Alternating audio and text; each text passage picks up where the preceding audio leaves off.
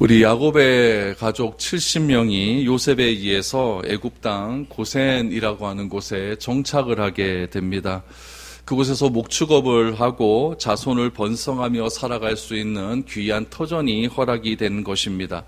여러분, 야곱의 가족이 애굽에 들어갔다라고 하는 것을 우리가 불행한 일이다, 어떻게 애굽에 들어갈 수 있느냐라고 생각할 수는 있겠지만은 야곱의 가족이 애굽에 들어간 것은 하나님의 놀라운 은혜입니다. 당시의 가나안 주변에는 수많은 이방 민족들이 있었습니다. 그 이방 민족들은 어떤 민족들이었냐면은 약탈을 일삼는 민족이었고, 자기 주변에 또 빼앗을 것이 있으면은 늘 언제나 침략해서 그 주변에 있는 여자들이나 또 재산들을 빼앗는 그런 민족들이었죠. 야곱의 가족 70명으로는 그 주변의 민족들을 당해낼 힘이 없었던 것입니다. 만약 야곱의 가족들이 그 민족들에게 다 멸망을 당한다면 하나님께서 아브라함에게 약속하신 그 약속이 다 깨어지는 것 아니겠습니까? 그래서 하나님께서는 이 야곱의 가족을 보호하기 위해서 당시의 최대의 강국이었던 애굽이라고 하는 나라로 그들을 인도하여 주신 것입니다. 그래서 그 애굽이라고 하는 나라에서 또 이스라엘 야곱의 가족들이 원래 했던 그 직업을 가지고 그렇게 생활할 수 있도록 하나님께서 철저하게 보호를 해 주셨던 것입니다.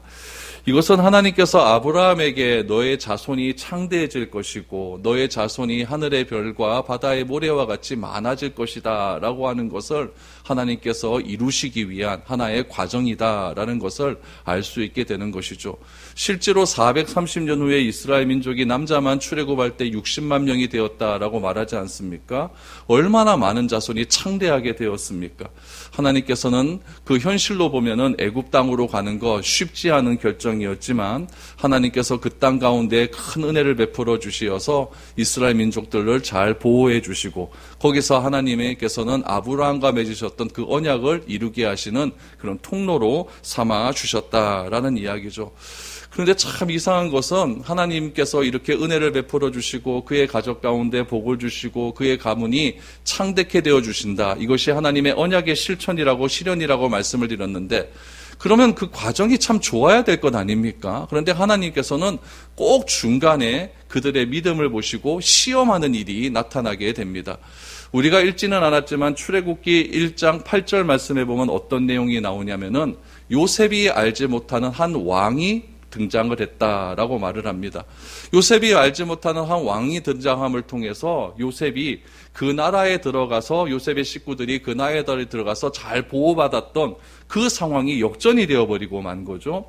요셉을 알지 못했던 그 왕이라고 하는 것은 어떤 의미가 있겠습니까? 왕조가 바뀌었다는 이야기죠. 예고 왕조 내에 쿠데타가 일어났다는 그런 이야기입니다. 그래서 이전 왕조에서는 요셉이 7년 대가뭄과 7년 풍년을 잘 대비함을 통하여서 애굽이 멸망당할 것을 잘 그렇게 나라를 구해내는 그런 일이 있지 않았습니까? 그런 이야기들이 그런 일들이 그 다음 왕조가 딱 들어오면서부터 그것이 다 묻혀버리고 만 거죠. 묻혀버리고 요셉이란 사람이 도대체 누구냐라고 하는 그런 일들이 일어나게 된 것이죠. 그래서 새로운 왕조가 들어옴을 통해서 어떻게 보면 이스라엘 민족은 이제 야곱의 후손들은 애굽 땅에서 보면 이방 민족 아닙니까? 그래서 그들의 노예 생활이 그때로부터 시작이 되었다라고 이렇게 보시면 됩니다. 그 노예 생활이 얼마만큼 지속이 됩니까? 430년이라고 하는 꽤 긴 시간이 그렇게 지속이 되었다라는 이야기죠. 이스라엘 백성들이 너무 고통스럽자 하나님께 부르짖기 시작을 합니다. 성경은 하나님께서 이스라엘 자손들의 그 부르짖음을 들으셨다라고 말씀하고 있습니다. 저는 하나님께서 우리 모든 성도들의 기도를 반드시 듣고 계신다는 것을 믿고 있습니다. 여러분들이 어떤 기도를 하시든 간에 하나님께서는 그 기도를 다 듣고 계십니다. 중요한 것은 나의 기도가 하나님의 뜻에 맞는지 안 맞는지 그것이 중요한 것이겠죠. 만약 뜻에 맞지 않는다면은 내가 계속 기도하는 과정 가운데 하나님께서는 그 기도를 반드시 바꾸어 주시고 변화시켜 주실 것입니다. 그래서 그 기도가 변화됨을 통하여서 하나님의 뜻이 이 땅 가운데 이루어질 수 있도록 그런 은혜를 베풀어 주실 것입니다. 하나님은 이스라엘 백성들의 그 고통스러운 그 기도를 들으셨고 그 기도의 응답으로 누구를 부르셨냐면은 모세를 부르게 되죠. 그래서 모세를 불러서 모세에게 소명을 주어 통해서 모세를 통해 이스라엘 민족이 출애굽할 수 있는 그런 귀한 은혜를 허락하여 주셨습니다. 출애굽을 한 이스라엘 백성들, 이제 하나님께서 약속하신 가나안 땅을 향하여서 한 걸음 한 걸음 나아갑니다. 그런데 이스라엘 백성들이 가나안 땅을 향해 가고 있는 도중에 그들을 막고 있는 장애물이 있었으니 그 장애물은 바로 홍해입니다. 여러분, 이스라엘 민족들이 애굽에서 이집트에서 이스라엘로 올라가는 길은 굳이 그 홍해 쪽으로 가지 않아도 됩니다. 왜냐하면은 지중해 연안으로 계속해서 해변길로 올라가게 되면은 이스라엘 민족 딱 3일이면은 가나안 땅에 도착을 할 수가 있습니다. 그러나 해변길 가운데는 어느 민족이 도사리고 있었냐면 블레셋이라고 하는 그런 강한 해안 민족이 도사리고 있었기 때문에 그들을 만나게 되면 이스라엘 백성들이 출애굽한 것을 후회할까 봐 하나님께서는 이스라엘을 우회하시는 거죠. 우회하셔서 빙 둘러서 요단강을 건너서 가나안 땅으로 들어가는 그런 길을 선택하셨습니다. 그런데 그 길로 가는 과정 가운데 딱 가로막고 있는 것이 무엇이냐면은 홍해라고 하는 큰 바다입니다. 여러분, 홍해는요, 이렇게 V자로 되어 있거든요. V자로 되어 있고, 시나이 반도 이렇게 V자로 되어 있는데, 홍해 바다의 길이가 처음부터 끝까지 한 1980km. 어마어마한 길이 아닙니까? 1980km라고 하는 아주 큰 바다가 있는 것이죠. 거기를 딱 가로막고 있으니 이스라엘 백성들이 마음 가운데, 굉장히 마음 가운데 낙담함이 있죠. 뒤에는 누가 쫓아옵니까? 애굽의 군사들이 이스라엘을 죽이겠다고 쫓아오는 그런 진퇴양난의 위기에 빠지게 되었다는 사실이죠. 그때 이스라엘 백성들이 과연 어떠한 반응을 보였는가? 오늘 이 부분을 여러분들과 한번 생각을 해 보려고 합니다. 여러분, 우리의 삶도 마찬가지입니다. 우리의 삶도 되돌아보면은 여러분, 6월절의 은혜는 우리가 구원받았다는 그 은혜 아닙니까? 그 구원의 은혜를 받고 하나님을 알게 되고 또 하나님의 그 품 안에서 풍성한 삶을 누리고 살아가고 있는데, 하나님께서는 꼭 믿음을 주시기 전에 무엇을 주신다고 그랬죠? 시험거리를 주신다고 하지 않습니까? 그 시험거리 때문에 우리가 자빠지고 넘어지고 하나님을 원망할 때가 얼마나 많이 있겠습니까? 진퇴양난의 고난 속에서 우리를 위협하는 그런 상황들이 얼마나 많이 있겠습니까? 그럴 때 우리는 과연 어떻게 대치하는 것이 하나님의 뜻에 맞는 그런 대치법이겠습니까? 오늘 본문을 통해서 이스라엘이 행한 일들을 바라보면서 오늘 우리가 살아가는 이 상황 속에서 우리에게 주시는 메시지가 무엇인지를 여러분들과 한번 살펴보았으면 좋겠습니다. 첫 번째로 이스라엘은 그 고난 앞에서 무엇을 했습니까? 원망과 불평을 했다라는 것을 우리는 기억해야 됩니다. 11절과 12절 말씀을 한번 보시죠. 그들이 또 모세에게 이르되 애굽에 매장지가 없어서 당신이 우리를 이끌어내어 이 광야에서 죽게 하느냐? 어찌하여 당신이 우리를 애굽에서 이끌어내어 우리에게 이같이 하느냐? 우리가 애굽에서 당신에게 이런 말이 이것이 아니냐? 이르기를 우리를 내버려 두라. 우리가 애굽 사람을 섬길 것이라 하지 아니하더냐? 애굽 사람을 섬기는 것이 광야에서 죽는 것보다 낫겠노라 라고 모세에게 이야기를 합니다. 이스라엘 백성들 앞에는 홍해가 있습니다. 뒤에는 애굽 사람들이 쳐들어옵니다. 그때 모세를 향하여서 불평과 원망 섞인 말들을 쏟아내기를 시작합니다. 그 불평과 원망에 섞인 내용이 여러분 무엇입니까? 우리가 읽었던 11절과 12절의 내용입니다. 왜 우리를 애굽 땅에서 인도해 냈느냐, 이 이야기죠. 이스라엘 백성들이 여러분 출애굽을 할 때 얼마나 환호성을 지르며 출애굽을 했겠습니까? 이제 더 이상 우리는 고난받지 않아도 된다. 노예 생활에서 해방되었다. 하나님께서 우리를 구원하여 주셨다. 환호성을 지르면서 애굽에서 나왔을 것입니다. 그런데 바로에서 벗어났다고 생각한 그 순간에 애굽의 막강한 군사들이 쫓아오고 있으니 여러분 불평과 불만이 있는 상황 이해할 만도 합니다.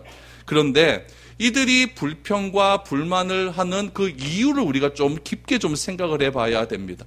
단순히 여러분 이들이 기뻤다가 갑자기 상황이 안 좋아지니까 불평과 불만한다. 이것은 조금 추상적인 이야기인 것 같고, 좀 구체적으로 보면 이들이 불평과 불만을 한 이유가 오늘 보면 10절에서 분명하게 소개되고 있습니다. 10절 말씀을 한번 보시죠. 바로가 가까이 올 때에 이스라엘 자손이 눈을 들어 본즉 애굽 사람들이 자기들 뒤에 이른지라 이스라엘 자손이 심히 두려워하여 여호와께 부르짖고 라고 말합니다. 여러분 10절은 무엇이라고 이야기하냐면은 바로가 가까이 올 때에 이스라엘 자손이 눈을 들어 뭐 했다고요? 봤다라고 이야기합니다. 이스라엘 자손이 눈을 들어 무엇을 보았습니까? 바로의 군대를 보았다라는 이야기죠. 애굽 사람들이 자기 뒤에 있는 것을 눈을 들어 보았다라는 이야기죠. 여러분, 이것이 중요합니다. 바로가 이스라엘을 쫓아왔을 때 이스라엘의 반응은 본 겁니다. 보았을 때 그들에게 느끼는 감정은 무엇이냐? 10절에 분명히 나오죠. 두려움입니다. 여러분, 이스라엘 자손이 심히 두려워하여 여호와께 부르짖었다라고 말합니다. 왜 그들이 두려워했습니까? 바로를 보았기 때문이다라고 말을 하죠. 바로를 보자 그들에게 온 것은 두려움의 감정이고 두려움의 결과가 무엇입니까? 원망과 불평이다라는 사실이죠.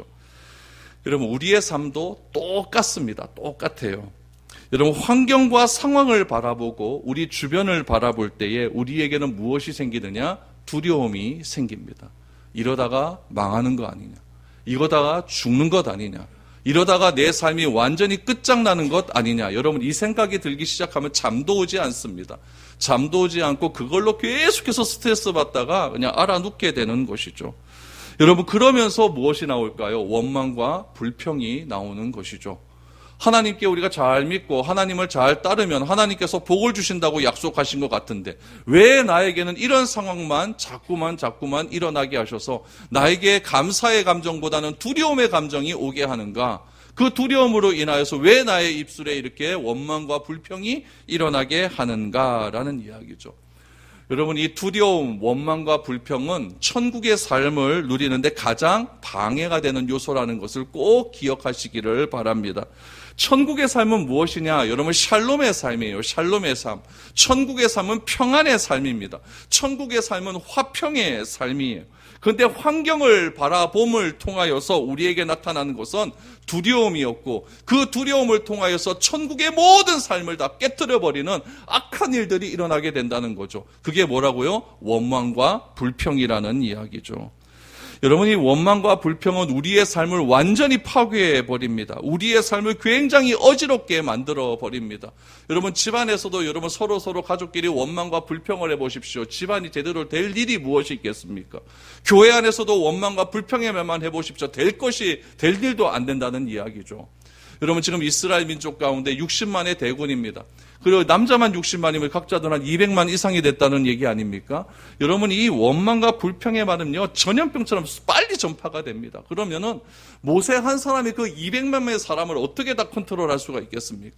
그들이 한마디만 해도 그들의 말소리는요, 여러분, 천둥 같은 그런 소리로 모세에게 다가올 것인데 이 상황을 어떻게 해결할 수가 있겠습니까? 그 시대에 마이크가 있습니까? 뭐가 있습니까? 카톡이 있습니까? 뭐가 있습니까?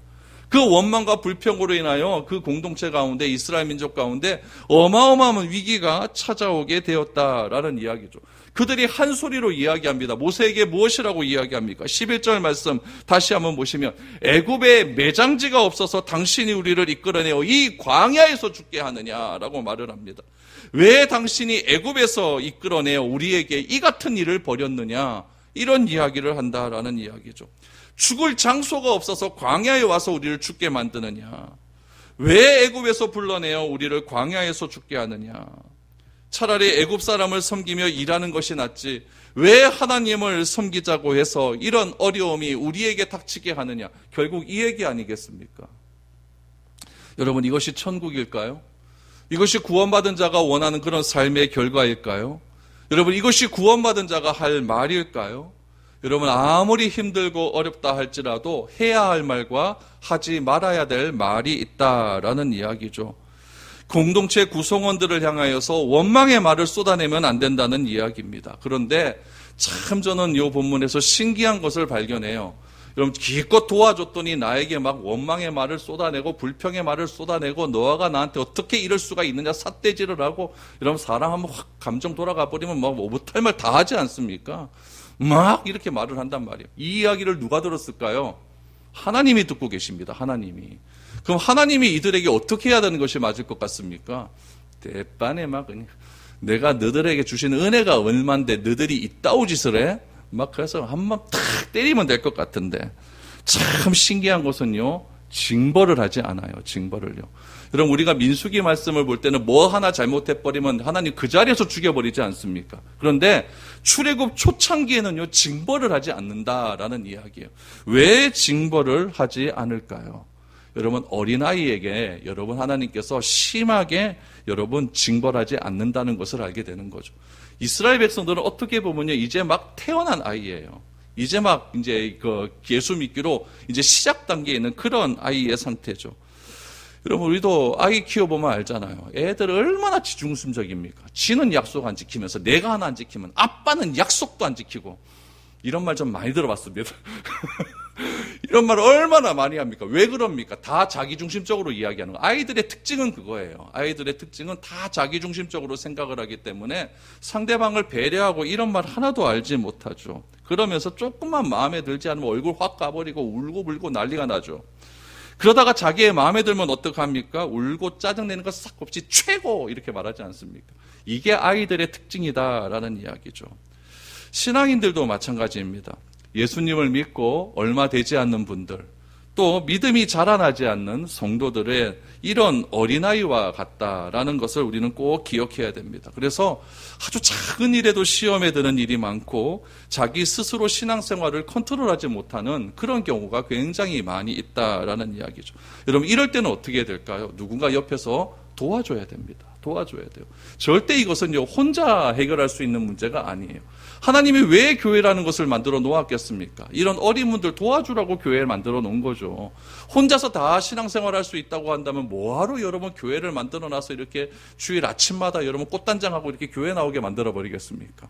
힘들고 어려우니까 그런 거예요. 혼자 신앙생활 한다는 것이요. 그래서 일으켜주고 보듬어주고 세워주고 안아주는 일들이 우리 가운데 필요하다는 이야기죠. 그러다가 믿음이 들어가고 장성해지면은 스스로 일어날 수도 있는 것이고 그때 과거에 내가 했던 그런 일들을 다시 한번 생각해 보면서 나도 어려울 때 어떤 집사님이 어떤 장로님이 권사님이 이렇게 도와줬지 그럼 나도 도와줘야겠다 이런 마음으로 교회가 다 이렇게 하나 되고 성장해 가는 것 아니겠습니까? 지금 이스라엘 백성들의 상태가 어떤 상태입니까? 어린아이와 같습니다. 400년간 넘게 노예 생활을 하고 이제는 자유인이 된 지 진짜 얼마 되지 않은 몇 달 지나지 않은 그런 상태였다라는 이야기죠. 그러니 여러분 자기중심적인 삶의 태도가 사고방식이 얼마나 가득 차 있겠습니까? 여러분 계속 사람이 시키는 대로 하면요 자기가 무엇을 판단할 수 있는 능력이 없습니다. 여러분 공부도 그렇잖아요. 아이들 요즘 유행하는 게 자기주도 학습 아닙니까? 자기 스스로 공부할 능력이 안 되니까 자꾸 누구에게 의존해서 누군가 가르쳐주지 않으면 공부가 안 되는 애들이 있다는 것이죠. 지금 이스라엘 민족도 마찬가지예요. 한 해 두 해도 아니고 400년간 대를 이어서 누가 시키는 일만 해왔어요. 이런 사람들이 무엇을 할 수가 있겠습니까? 하나님은 이런 우리의 상황을 다 알고 계신다는 이야기죠. 여러분들의 신앙의 상태, 여러분들이 살아오는 그런 환경의 상태, 믿음의 상태를 다 알고 있다는 이야기죠. 그런 상태를, 환경을 알고 있기 때문에 지금 하나님께서 우리를 때리지 않는 것이지, 여러분 안 그러면 우리는 다 쓸어버리고 다 죽고 갈 수밖에 없는 그런 존재라는 이야기죠. 하나님은 이런 이스라엘의 모든 상태를 알고 계십니다. 그래서 그들에게 은혜를 베푸시기 위하여 참으시는 것이죠. 여러분 지금 요 14장의 내용은 아직 언제의 이야기냐면은 10계명을 받기 전이에요. 10계명은 언제 받냐면 저기 19장, 20장 가서 10계명을 받거든요. 그러니까 아직까지 율법이 없는 상태예요. 기준이 없는 상태예요. 여러분 우리도 뭔가 기준이 있으려고 하면 뭔가 문서로 된 어떤 기준이 있고 그걸 서로 합의하에 요 기준대로 살자라고 하는 문법이 있지 않습니까? 그런 것들이 있을 때에 우리가 어떻게 살아간다는 것을 알 수가 있는 것이죠. 근데 지금 이스라엘의 상태는 이제 막 태어난 아이들이니까 어떤 기준도 없고 어떻게 하는 것이 하나님을 기쁘게 하는 삶인지도 모르고 아무것도 모르는 그런 상태인다는 이야기죠. 그래서 하나님은 아직까지 그들을 징계하지 않으시고 인내하시고 그들에게 하나님이 어떤 분이신지를 하나씩 하나씩 알려주기를 시작하는 것이죠. 여러분 우리도 살면서 어려움 만날 때가 있습니다. 여러분 그럴 때 우리는 그 어려움 환경을 바라보지 않기를 바랍니다. 내 앞에 있는 문제보다 크신 하나님을 바라보았으면 좋겠습니다. 하나님은 그 문제보다 크신 하나님이고 그 문제를 이겨낼 수 있는 하나님이고 그 문제의 정답을 아시는 하나님일 뿐만 아니라 우리가 그 시험에 빠질 것 같을 때에 피할 길을 허락하여 주시어서 피할 길을 내주시는 그런 하나님임을 기억하시기를 바랍니다. 그럴 때 우리가 그 환경에서 이겨낼 수 있는 것이지 바로를 바라보고 내 앞에 있는 환경을 바라보고 어떻게 나에게 하나님이 이렇게 할 수 있는가라고 불평 불만을 하고 내 마음 가운데 두려움이 임하기 시작한다고 한다면 나의 신앙은 다 무너질 수밖에 없다는 것을 꼭 기억할 수 있기를 바랍니다. 그래서 여러분 입으로 원망하지 말고 불평의 말을 내뱉지 말고 온전히 주만 바라볼 수 있는 성숙한 신앙이 우리 가운데 넘쳐날 수 있기를 축복합니다. 두 번째로 우리가 알 수 있는 사실은 무엇일까요? 고난당할 때 하나님은 우리에게 믿음을 요구하신다라는 이야기입니다. 믿음을 요구하신다. 13절, 14절 말씀을 보시죠. 모세가 백성에게 이르되 너희는 두려워하지 말고 가만히 서서 여호와께서 오늘 너희를 위하여 행하시는 구원을 보라. 너희가 오늘 본 애굽 사람을 영원히 다시 보지 아니하리라. 여호와께서 너희를 위하여 싸우시리니 너희는 가만히 있을지어다 라고 말합니다.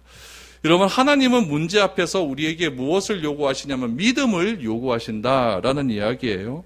여러분, 성경에서 염려라고 하는 말이 나와요. 염려. 너희는 염려하지 말라라는 얘기하지 않습니까? 이 염려라고 하는 말의 원어의 뜻이 무엇이냐면 우리 마음이 갈라진다라는 뜻이에요. 우리가 마음이 갈라지기 때문에 염려하는 것이지 우리 마음이 하나님을 향하여 일직선이 되면 절대 염려할 이유가 없다라는 이야기죠. 우리가 한 곳에 마음을 집중하지 못할 때에 나뉘어질 때에 염려하게 됩니다. 그런데 그럼 참 재미있는 사실은 무엇이냐면은 100% 하나님을 신뢰하게 되면은 어떤 환경 속에서도 염려하는 상황이 사라지게 된다라는 이야기죠. 그래서 성경은 염려하지 말고 모든 일을 주께 맡겨라 라고 말합니다. 여러분, 맡기는 것이 믿음입니다. 오늘 본문에서 모세는 이스라엘 백성들에게 그 맡기는 것이 믿음이라는 것을 어떻게 말하고 있습니까? 13절 말씀해 보니까 두려워하지 말고, 두려움은 어떻게 왔다 그랬죠? 환경을 바라보고 바로를 바라봤을 때 두려움이 임했다고 하지 않습니까? 환경을 바라보지 말고 어떻게 해라? 가만히 서서 여호와께서 오늘 너희에게 행하시는 구원을 보라 라고 말을 하는 거죠. 여러분, 이것이 믿음입니다. 난리가 났는데 어떻게 가만히 있을 수가 있겠습니까? 여러분, 가만히 있으라고 하는 것이 나는 진짜 아무것도 안 하고 가만히 있으라는 그런 이야기하는 게 아니에요. 내 감정대로 행하지 말라는 이야기예요. 두려움에 빠져서 원망하고 불평의 말을 쏟아내지 말라는 이야기예요. 그런 말 하지 말고 하나님께 간절히 기도하면서 내 상황 속에서 무엇을 해야 할지를 찾고 그 찾는 가운데 여러분 무엇이라고 합니까? 가만히 주를 바라보라 라고 말을 합니다. 그럼 어떻게 합니까? 오늘 본 애굽 사람을 영원히 다시 보지 아니하리라. 아멘. 여러분, 애굽 사람을 봤기 때문에 두려움이 임한 것 아닙니까? 그 두려움을 사라지게 하겠다. 여러분, 잠시 내 감정이 없어지는 것은 없어질 수 있어요. 그러나 하나님은 뭐라고 말씀하시냐면은 그 두려움이라고 하는 감정이 오는 그 뿌리를 뽑아버리겠다는 이야기예요. 애굽 사람을 안 보면 두렵지 않을 것 아닙니까? 두렵지 않으면 원망과 불평의 말을 하지 않을 것 아닙니까? 그래서 잠잠히 기다려봐라. 잠잠히 기다려봐라. 그러면 하나님께서 어떻게 하시는지 한번 내 눈으로 한번 봐라. 그러면 될 것이다. 여러분, 잠잠히 기다리는 것이 뭐라고요? 믿음입니다. 믿음입니다. 그래서 하나님이 원하시는 믿음을 소유하기 위해서는 우리의 생각과 습관이 하나님을 의지하는 습관과 생각으로 변화가 되어야 됩니다. 이 습관이 변화가 되지 않으면 절대 우리가 진정한 그리스도인이 될 수가 없는 거죠. 하나님께 맡기지 못하면 걱정과 염려에 사로잡혀서 원망과 분노로 하나님께 표출할 수밖에 없기 때문에 그렇다는 이야기죠. 본문에서 모세는 이야기합니다. 두려워하지 말아라. 가만히 있어라. 구원을 보라 라고 말합니다. 구원은 무엇입니까? 상황을 보는 것이 아니라 가만히 하나님만 신뢰하는 것. 그것이 구원입니다. 그렇다면 여러분, 본문의 상황 속에서 하나님께서 행하시는 구원은 무엇이겠습니까? 홍해를 건너는 것이고 바로의 군대의 손에서 이스라엘이 해방되는 것 아니겠습니까? 이런 의미에서 본다면 구원이란 무엇인가? 내가 당하고 있는 어려움에서 해결받는 것이 구원입니다. 여러분, 우리가 구원이라고 하는 개념을 너무 추상적으로만 생각을 해요. 내가 죽어서 천국 가는 거, 그것만 구원으로 생각을 하는데, 여러분, 그것만 구원이라고 생각을 하면은 예수 믿는 거 별 재미가 없습니다. 어떤 분은 아파요. 아픔에서 해방되는 것도 뭘까요? 구원이에요. 구원이에요. 막 불안한 마음이 있어요. 염려하는 마음이 있어요. 그런 마음에서 평안을 얻는 것, 그것도 뭘까요? 그것도 구원이에요. 자녀의 문제로 어려움을 당해요. 그런데 이 자녀의 문제가 내가 간절히 하나님께 기도하고 하나님의 은혜를 통하여서 이 자녀의 문제가 해결받는 것, 이것도 뭐예요? 구원이라는 이야기죠. 우리가 이런 구원의 은혜를 매일매일 삶 속에 경험해 가는 거예요. 그럼 여러분, 우리가 가지고 있었던 이런 문제가 해결될 때 기쁠까요? 안 기쁠까요? 무지하게 기뻐요. 그게 천국입니다. 그러니까 여러분 삶 속에서 천국을 무지무지하게 경험을 좀 많이 하셔야 됩니다. 그래야 흔들림이 없어요. 근데 그 기쁨이요, 오래 안 가요. 오래 안 가요. 잠깐 오는 기쁨이에요. 길어야 한 2달 가겠나? 오래 안 가요. 그런데 하나님이 주시는 영원한 기쁨의 곳인 천국에 가면은 그 기쁨이 영원한 거예요. 그러니까 내가 이 구원의 기쁨을 얻었을 때 그 기쁨이 너무너무 좋으니까, 그렇다면 이 기쁨을 영원히 누리기 위해서 우리가 무엇을 사모해야 될까요? 천국을 사모하며 가는 것이죠. 그것이 바로 표대를 향하여 달려가는 그리스도인의 바른 삶 아니겠습니까? 그러므로 여러분, 이런 구원을 경험하기 위해서 환경과 상황을 보지 마십시오. 상황을 보지 말고 나의 모든 경험과 생각들을 그 자리에 다 내려놓아야 됩니다. 그리고 우리가 해야 할 것은 무엇이냐?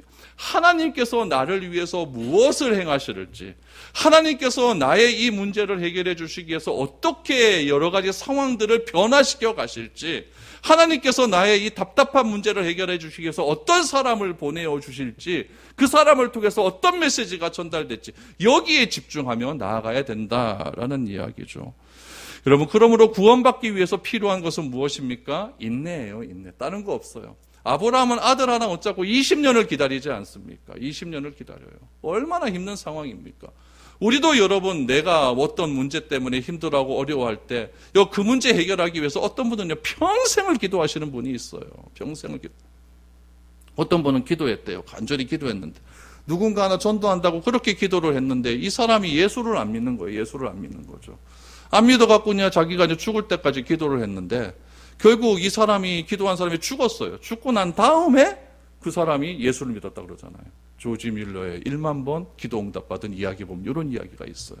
그러니까 내 세대에 이루어지지 않는다 할지라도 하나님은 그 기도를 반드시 듣고 계신다는 사실을 우리는 꼭 기억해야 됩니다. 그래서 여러분, 우리가 고난 속에서 우리가 믿음을 하나님께서는 바라고 계신다라고 하는 사실은 무엇이냐면은 우리 모든 문제를 주님께 맡겨버리는 겁니다.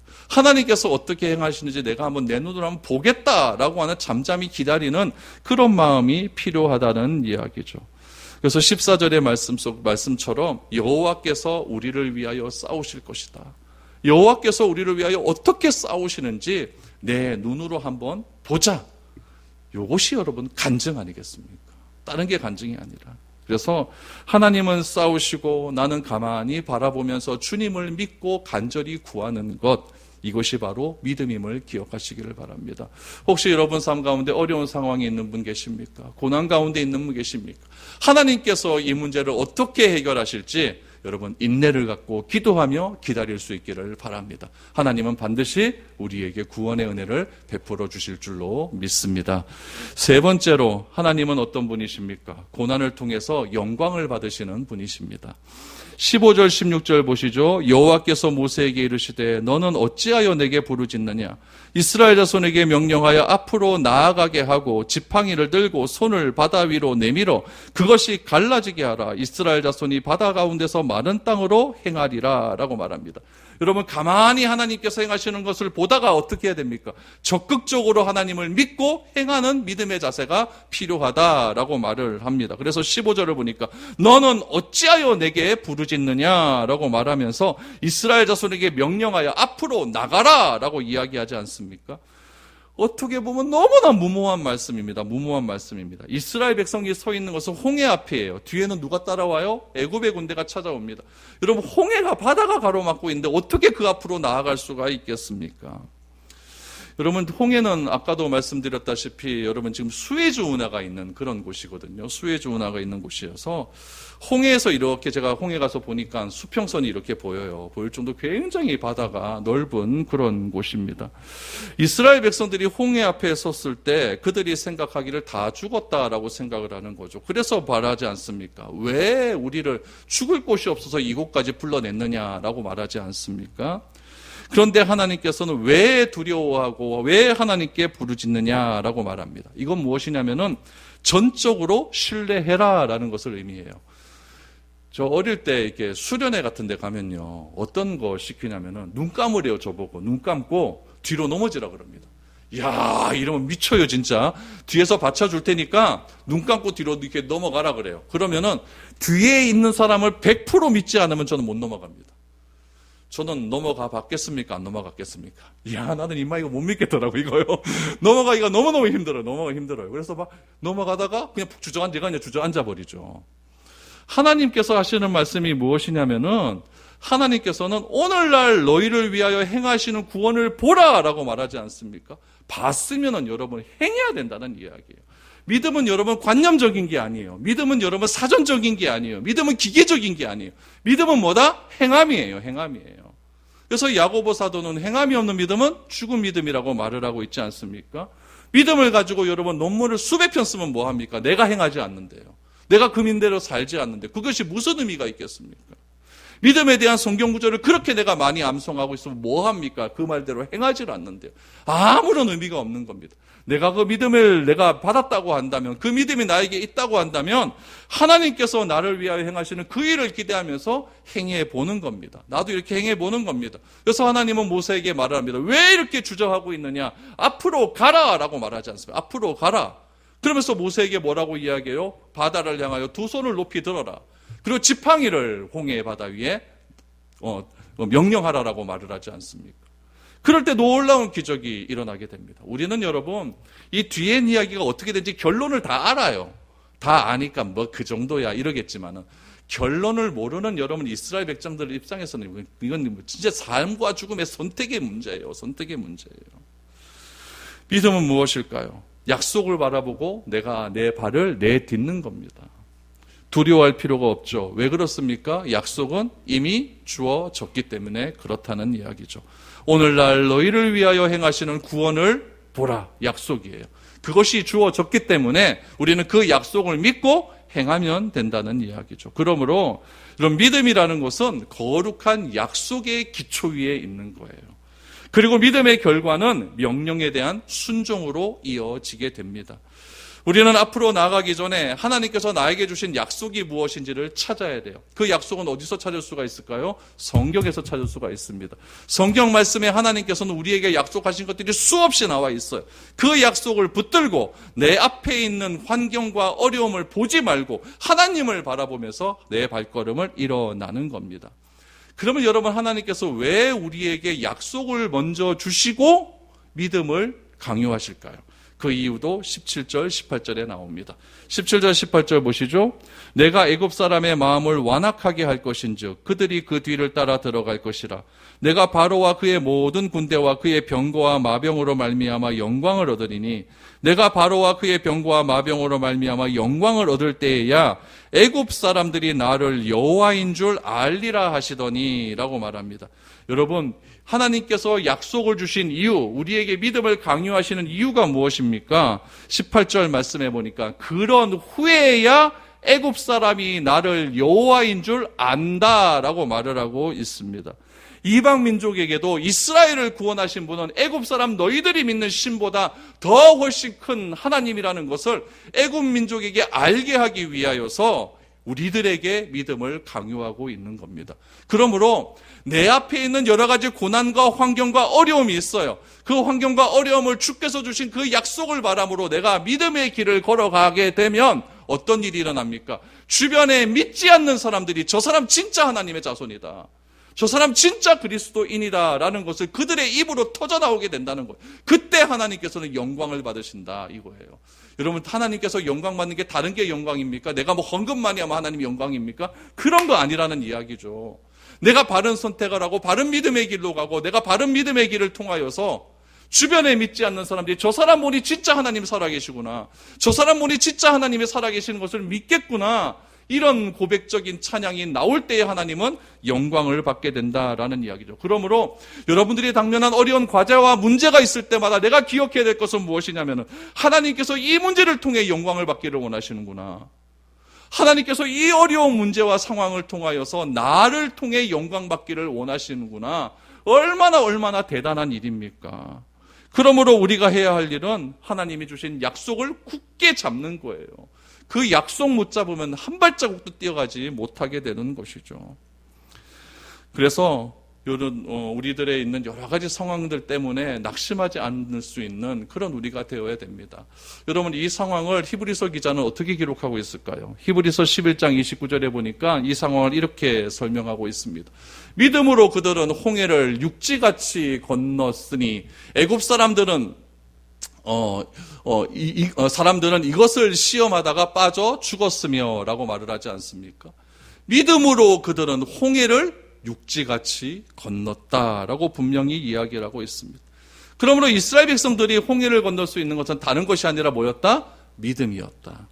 출애굽기 14장 22절 말씀해 보니까 이렇게 나와 있어요. 이스라엘 자손이 다 가운데를 육지로 걸어가고 물은 그들의 좌우에 벽이 되니라고 이야기를 합니다. 이스라엘 백성들은 여러분 다른 게 행한 거 아니에요. 믿음을 따라 행했고 빠른 속도로 가지 않았습니다. 여호와를 의지하는 믿음 안에서 그들은 차례차례 육지를 향하여서 건너가게 된 것입니다. 여러분, 하나님은 변함이 없는 하나님이십니다. 불변한다고 말씀을 드렸죠. 하나님은 이 출애굽 당시에도 열심히 일하고 계세요. 열심히 이스라엘 백성들, 어린아이와 같은 이스라엘 백성들을 양육하고 계세요. 그렇다면은 그 하나님은 오늘날 지금 이 순간에도 일하고 계십니다. 오늘날 지금 이 순간에도 우리를 양육하고 계시는 거예요. 지금 이 순간에도 믿음이 없는 자들을 향하여서 믿음을 더욱더 굳게 세우기 위해서 하나님께서는 지금 일하시고 있는 거예요. 믿음을 더욱더 굳건해야 하고 하나님의 영광을 받기 위해서 내 삶의 어려운 문제를 하나님께서는 우리에게 주셨을 수도 있다라는 이야기죠. 여러분, 하나님은 그 일을 반드시 이루어내시는 분입니다. 여러분, 참새 한 마리도 그분의 뜻이 없이는 땅에 떨어지지 않는다고 말하지 않습니까? 이스라엘이 치는 수많은 전쟁 속에서 그들이 승리할 수 있는 비결은 딱 하나입니다. 하나님께서 행하시는 전투라는 믿음을 가지고 그 하나님 바라보고 나갔기 때문에 모든 전투에서 승리할 수 있었고, 하나님이 그들을 위하여 직접 싸우셨기 때문입니다. 여러분, 하나님의 역사를 위해 우리에게 필요한 것은 무엇일까요? 잠잠히 하나님을 바라보는 거예요. 하나님께서 나를 위하여 어떻게 일하시는지를 나도 한번 체험해 보는 겁니다. 그래서 시편 62편 1절 말씀해 보니까 시편의 기자는 이렇게 노래합니다. 나의 영혼이 잠잠히 하나님만 바라며 나의 구원이 그에게서 나오는도다. 얼마나 멋진 시입니까? 에레미야애가 3장 26절 말씀해 보면 이렇게 나와요. 사람이 여호와의 구원을 바라보고 잠잠히 기다림이 옳도다. 그러니까 여러분 너무 성급해하지 마십시오. 한번 기다려 보십시다. 기다려 보면 하나님께서 어떤 일을 행하실지 믿음을 가지고 한번 기다려 보자는 이야기죠. 여러분, 이것은 게으른 삶이 아니라 믿음의 심지가 견고하고 전적으로 하나님을 의지하는 그런 마음이 있기 때문에 여러분 잠잠히 하나님을 기다릴 수 있는 것입니다. 마음을 잠잠히 놓고 평안 가운데서 잠잠히 주님께서 나를 위하여 어떻게 행하실지를 기다릴 때에 하나님께서는 그 일을 이루시는 것을 반드시 우리는 목격하게 될 것입니다. 저는 여러분들에게 여러분 가정에 우리 교회에 당면한 홍해와 같은 문제를 놓고 두려워하거나 원망하거나 불평하는 일이 사라질 수 있기를 바랍니다.